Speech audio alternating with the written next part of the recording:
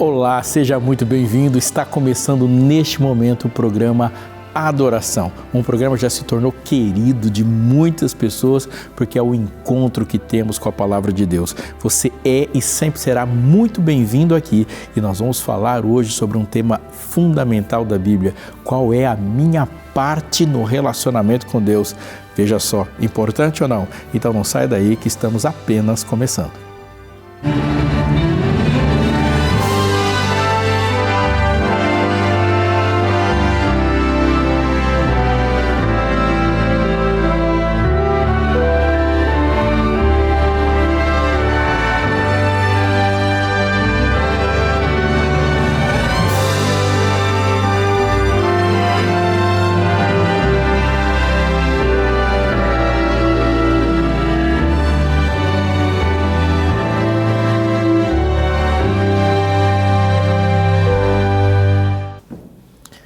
Você é muito bem-vindo, conforme eu disse. É muito bom termos esse espaço, essa conexão, essa permissão de Deus e uma bênção que Ele nos deu, que é poder ter uma palavra que chegou livremente a nós podermos nos unir num culto a partir de um sinal de televisão, de internet e termos dons que estão operando, o Espírito Santo que está falando agora, falou pelo profeta, fala comigo e fala com você também nos visitando. Não é uma maravilha isso? Isso é muito bom e é uma razão para você colocar a Rede Novo Tempo nas suas orações, pedindo para que Deus nos mantenha assim, esperançosos e trabalhando ardentemente para levar essa esperança para mais corações. Eu quero fazer duas coisas agora, que são coisas que me agradam muito o coração.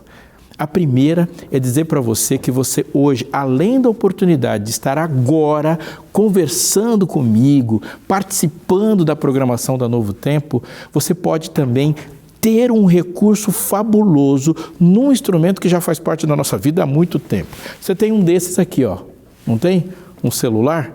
Pois é, ele pode ser um instrumento para a sua santificação, para o seu progresso, para o seu conhecimento. A Novo Tempo disponibiliza para você a Esperança, que é uma assistente virtual, digital, para que você conheça mais, saiba mais, tenha um acesso ao conteúdo bíblico e muito mais. Como a Bíblia se conecta com a realidade, respondendo às suas perguntas. Olha, são estudos bíblicos, é um acompanhamento virtual em tempo real. Você simplesmente manda uma mensagem para esse número que está aparecendo na sua tela agora. Alô, Esperança, olá, Esperança, manda uma mensagem. Você pode ser mais carinhoso do que eu fui agora. Ela vai responder para você, vai conhecer você e vai te proporcionar uma caminhada, uma jornada de conhecimento, de companheirismo e vai te apresentar a Bíblia de um jeito que você ainda não viu, porque a Bíblia é sim surpreendente. Não perca essa oportunidade. Eu disse que seriam duas coisas, né? A segunda é, vamos orar juntos? Vamos parar agora e gastar alguns segundos nos colocando na mão de Deus? Eu tenho uns pedidos para Ele. Primeiro, que esse momento que a gente vai passar junto aqui na adoração seja um momento de edificação mesmo, que a gente saia diferente do que começou. Mas também tem coisas na nossa vida, no nosso coração. A gente vai vivendo os desafios da vida adulta, da vida jovem, da vida de um adolescente que seja, da nossa vida de aposentados, idosos. Tem desafios o tempo todo. Vamos colocar eles todos na mão de Deus? Feche seus olhos, me acompanhe em oração. Querido Deus, a gente está aqui para estudar a Tua Palavra, para mais do que obter uma porção de informações, mas conhecer mais de Ti, da Sua pessoa, ter mais intimidade contigo. A gente quer andar contigo. E essa mesma voz, essa mesma palavra que disse haja luz, que diga agora para a gente eu te amo também. Esse mesmo poder que um dia ao entrar na sepultura tirou um morto de lá, essa voz que tirou um morto de lá, que faça ressurgir vida no nosso coração. Toma tudo que somos, tudo que temos e tudo que sonhamos em ser e ter nas Tuas mãos neste momento. Que nosso coração descanse em paz, sabendo que todas as necessidades estão em Ti e dá-nos luz para Te compreender. Em nome de Jesus. Amém. Existe uma pergunta que a gente faz, vira e mexe em um momento ou outro da vida. Quando a gente está se relacionando com alguém, a gente já teve alguma dificuldade quando você se relaciona com alguém que não sabe o que quer. Não é assim? Às vezes nossos filhos nos surpreendem assim, eles naqueles momentos de transformação da vida, da infância para a adolescência, da adolescência para a juventude, e nas decisões difíceis que eles têm e que influenciam o nosso relacionamento, a gente fala, querido, você precisa saber o que você quer. Às vezes nos nossos relacionamentos pessoais, no confronto que a intimidade sugere, a gente quer agradar. E ao querer agradar, a gente precisa saber o que agrada. O que você quer? O que você quer de mim? O que você quer que eu faça? Você já teve aí uma relação com um cliente que não sabe o que quer? Um chefe que não sabe o que quer? Um funcionário que não sabe o que quer? Pois é muito difícil, mas essa dimensão dessa pergunta, ela é maior quando a gente pensa na diferença do Deus verdadeiro para os deuses falsos. Olha aqui comigo. A característica dos opressores, uma das características dos tiranos e dos poderosos que causam dano nos outros, é que eles não se revelam plenamente. Verdade. A maldade dobra de tamanho quando a maldade se torna surpreendente. Pensa se não é assim mesmo. Existem pessoas ou situações que você sabe que são más, mas você já prevê que elas serão assim más. E de alguma forma você já se protege e diminui o impacto do mal. Mas tem situações que elas te surpreendem porque elas são más e elas chegam e te pegam desprevenido. Algumas pessoas vão falar coisas, fazer coisas e a gente tinha combinado outras ou previsto outras. Deus é exatamente o contrário. Ele não apenas é bom, ele é bom, mas ele olha para você e fala, o que eu quero de você é relacionamento. Eu te fiz para mim e me entrego para você. E esse relacionamento vai te deixar seguro, porque você nunca vai se surpreender com qualquer coisa que desagradou a Deus. Olha só que interessante. Você nunca vai ficar surpreso com qualquer coisa que desagradou a Deus, porque Ele deixa bem claro o que é que o faz feliz e o que o deixa triste. Como que Deus faz isso? De uma maneira bem prática, Ele se revela e diz, eu sou assim. E quando você se relaciona com Deus e vai descobrindo a intimidade de Deus, Deus vai dizendo cada vez mais para você o quão profundamente Ele te conhece. E vai te convidando cada vez mais ao quão profundamente você pode conhecê-lo e nesse conhecimento você ter segurança de que Ele é um Deus que vai te surpreender com a bondade, mas nunca vai se surpreender com uma reação dele à sua injustiça. Nessa relação de intimidade, eu queria que você se concentrasse muito nessa palavra para o texto que eu vou ler com você neste momento. Deus é um Deus de relacionamento. De relacionamento. Ele faz o homem para se relacionar com Ele. E uma distorção de uma religiosidade falsa, mesmo que ela tenha a capa de verdadeira, é que ela deixa de ser relacional.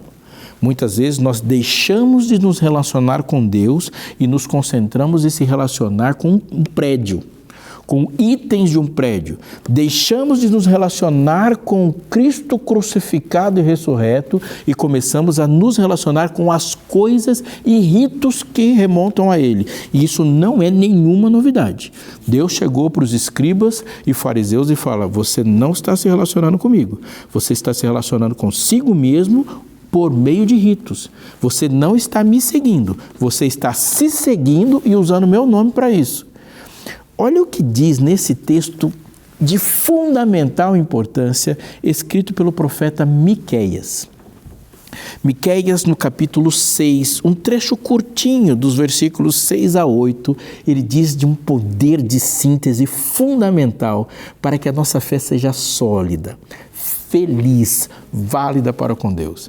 Leio com você Miqueias 6, a partir do verso 6, e lá diz o seguinte: com o que me apresentarei ao Senhor? E me inclinarei diante do Deus excelso? Virei diante dele com holocaustos, com bezerros de um ano? Será que o Senhor se agrada com milhares de carneiros, com 10.000 ribeiros de azeite? Darei o meu primogênito pela minha transgressão, o fruto do meu corpo pelo pecado da minha alma? Imagine você participando de um amigo secreto, esses que tem, que é tradicional, é cultural da gente, todo final de ano, tem gente que ama, tem gente que odeia, tem gente que vai com gosto, tem gente que vai sem gosto, enfim. Mas amigos secretos muitas vezes geram alguns desafios, né? Quando você vai comprar um presente, e ao comprar um presente tem a ver com a pessoa que vai receber o presente, né? Às vezes a gente determina preço, mas imagine você lá no amigo secreto, você tirou no amigo secreto o dono da empresa. E aí você pensa assim, o que eu vou dar de presente para uma pessoa que tem tudo? Agora imagine essa situação, você trabalha numa empresa de roupa. E você lá naquela empresa de roupa tirou no amigo secreto o dono da empresa de roupa e vai comprar uma camiseta para ele. Aí você compra uma camiseta do concorrente e entrega para ele. Como você acha que seria a reação? Fala, eu te entreguei uma camiseta muito boa, e fala para ele, muito cara, do concorrente. Pensa nessa situação. Aqui ele está fazendo uma pergunta muito importante. A pergunta que ele está fazendo é assim, eu vou agradar a Deus, o dono de tudo, e ele vai dizer assim, com que me apresentarei diante do Senhor? E eu vou me inclinar diante do Deus excelso. Eu vou agradar a Deus, eu vou impressionar a Deus com o quê? O que impressiona a Deus? O que faz Deus sorrir? Eu vou me apresentar diante dele com holocaustos? Com bezerros de um ano? Eu vou apresentar algumas coisas, como que ele vai se agradar? Por que ao colocar alguma coisa diante de Deus, aquilo vai ser impressionante para ele? Então, vamos trazer para a nossa situação, eu vou entregar o que para Deus? Vou dizer para Deus assim, Senhor, eu jejuei, vou deixar você impressionado com a minha fome? O que tem disso que faz Deus? Parabéns, você ficou com fome, isso faz de você melhor do que quem? Eu vou chegar para Deus e vou fazer um barulhão com as minhas ofertas, dizendo, Senhor, peguei uma grana e coloquei aqui à sua disposição. E eu vou dizer o que para Ele? Olha quanto dinheiro eu tenho, enquanto Ele fala que tudo é dele. Eu vou falar, eu vou recitar uma poesia, eu vou me apresentar diante de Deus com o que de fato o impressiona o coração. E aqui eu quero que você foque muito no que eu tenho para te dizer. Tudo que nós apresentamos diante de Deus são símbolos, são partes representativas de algo. Não deixe isso se perder da sua mente. Do Senhor é a terra e tudo que nela há. Do Senhor é a terra e os seus moradores. Da sua alta e calma eternidade, Deus tudo controla e tudo contempla. Deus observou sua vida antes mesmo dos seus pais. Deus sabe tudo sobre você. Quando você coloca uma oração diante de Deus, essa oração pode ser poética, ou ela pode ser uma oração simples, mas Deus sabe se você está sendo sincero ou não. E muitas vezes nós oramos e não estamos falando com Deus. Nós estamos falando com as pessoas. Escolhemos palavras, escolhemos nos proteger ou nos projetar numa oração, ou escolhemos nos esconder diante de uma performance. Deus sabe. Deus sabe. Vou repetir para você. Tudo o que fazemos para Deus são expressões de algo maior. São partes que simbolizam algo maior. Então, eu vou dar alguns exemplos. A Bíblia ordena que 1/10 da nossa renda seja colocada diante de Deus. O nome disso é dízimo. Ele está dizendo que você vai entregar para Deus algo que Ele está precisando? Definitivamente não. Não adoramos um Deus necessitado. Você vai entregar uma parte para Deus como um imposto sobre a existência? Obviamente que não. Deus faz o sol brilhar sobre justos e injustos. O que você está dizendo aqui? Por meio de uma parte, você simboliza para Ele qual é o papel dele, como seu coração se conecta com a ordem dele no todo. Há algo importante, por exemplo, que é dito aqui.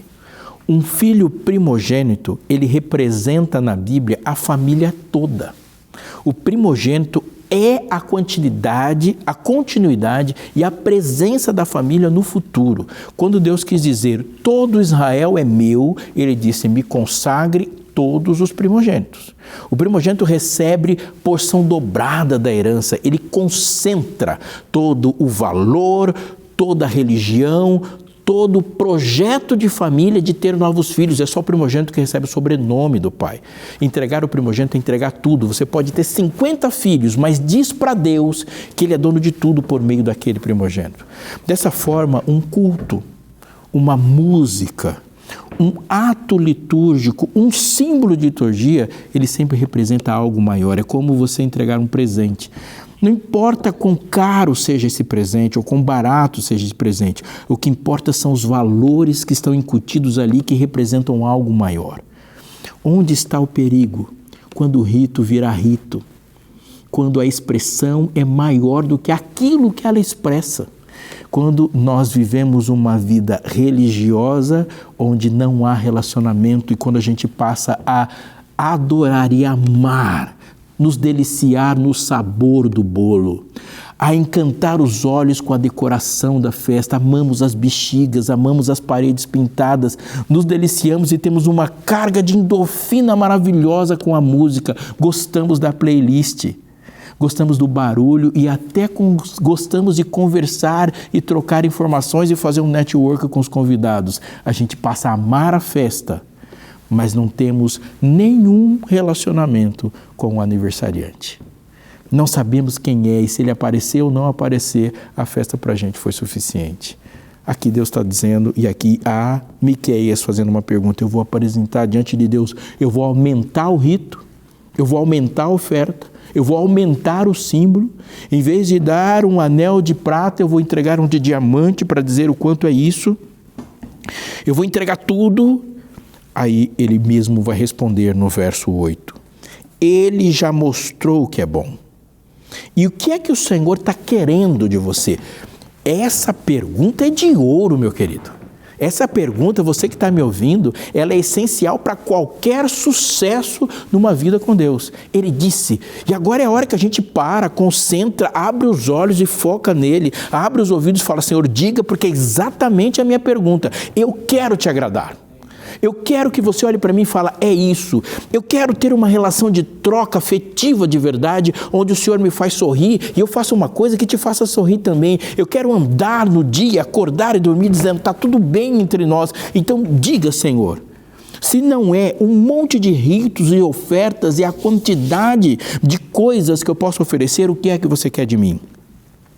O que o Senhor pede de você? Anote. Ore, se concentre, seja humilde diante do que Ele vai dizer, porque Ele diz assim, primeiro, que você pratique a justiça. Note que eu vou enfatizar duas palavras aqui. Pratique a justiça.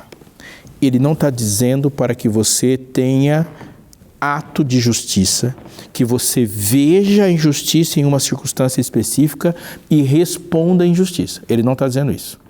Ele não está dizendo que vai haver uma chuva, uma inundação em algum lugar do Brasil e neste momento surge em você uma explosão de solidariedade porque um evento pontual aconteceu que exige uma resposta. Ele fala que a justiça é um modo de vida. Pratique a justiça. A ênfase, a palavra, portanto, justiça, vamos parar para pensar um pouco nela, que é muito importante a gente pensar nisso. Justiça na Bíblia é o desejo e a ação que coloca as coisas no lugar. São relacionamentos corretos. Com o quê? Com tudo. Fundamentalmente com outros seres humanos, com o semelhante. Justiça é estar e deixar as coisas corretas, certas. Uma palavra irmã da palavra justiça na Bíblia é equidade. E a palavra equidade se explica. Equidade é coisas iguais. Vou dar um exemplo aqui. Bem bobo, mas importante e fácil de compreender. Tem 2 pratos na sua mesa diante de você. E há uma outra mesa onde uma pessoa não tem prato nenhum. Isso é desequilíbrio. Tem 2 pratos no lugar e um prato só no outro. Justiça é colocar um prato na frente de cada um. Isso é justiça. Mas vem uma pergunta. E se esse outro fez tudo errado? E se esse outro fez tudo errado? Vou voltar. Deus é justificador e Deus é justo. Ele fez o homem à sua imagem, conforme a sua semelhança, glória com glória. A presença do homem e a presença de Deus não eram incompatíveis. Este homem peca e despenca. Quando Jesus faz, ele estende a mão e coloca o homem em um lugar de novo para que ele possa se relacionar com ele. O que é isso? Deus foi justificador, ele fez justiça. Ato de justiça é olhar para absolutamente qualquer pessoa e tratá-la num padrão de dignidade, é se relacionar de maneira justa. Em essência, praticar a justiça é colocar as coisas radicalmente corretas como uma forma de vida. É viver sem fazer curva, querida. É olhar para as coisas certas e amar as coisas certas e ser uma referência de coisas certas. Você deve praticar a justiça e acordar todos os dias dizendo: Deus me faz justo. Justo, olhar para as pessoas e para as coisas sem parcialidade, não definir e decidir sobre todas as relações a partir de um propósito carnal e egoísta, não decidir por paixões e não tratar as pessoas pelo que você acha delas e nem tratar as pessoas pelo que elas acham de você e nem ainda tratar as pessoas sobre o que elas pensam de Deus, mas tratar todas as pessoas a partir do que Deus pensa delas. Isso é justiça, tratar tudo a partir do que Deus disse para tratar. Em vez de você perguntar o que Deus faria no meu lugar, você pergunta o que Deus já disse sobre isso e ser justo. Ser justo, praticar a justiça é amar as coisas certas, mas olha como ele vai dizer a segunda coisa, que ame a misericórdia. Praticar, viver de forma justa, ter a justiça como estilo de vida. Depois ele dizer, ter uma relação de profundidade do coração com a misericórdia. E por que é tão óbvio e lógico que Deus está falando? Porque amar a justiça significa desejar, querer e trabalhar para que as coisas sejam corretas.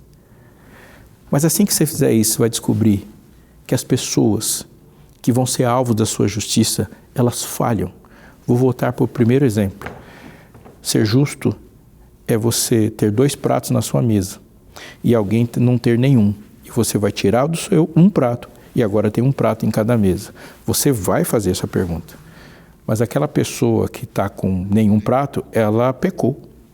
Ela errou, ela não trabalhou, ela foi negligente, ela cometeu muitos erros para ficar assim. Então ela vai morrer de fome porque é justo. Deus disse, pratique a justiça e ame a misericórdia. Por quê? Porque fazer o que é correto é considerar que é fazer o que é correto para as pessoas que falham. Mas aí eu vou perguntar para Jesus, mas quem falha? E ele vai responder, todos. Todos pecaram. E não existe na Bíblia um justo, nenhum sequer. Ame a justiça, mas pratique a justiça, mas fundamentalmente ame a misericórdia. Bem-aventurados os misericordiosos, porque alcançarão misericórdia.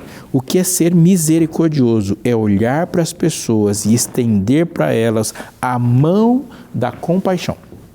É olhar para as pessoas e saber que você vai entregar para elas o que elas não merecem. Retirar alguém do fundo do poço a despeito dos seus erros. Veja, quando uma pessoa faz tudo certo e dá tudo errado, e você vai lá e coloca ela no lugar, ainda não é ser misericordioso.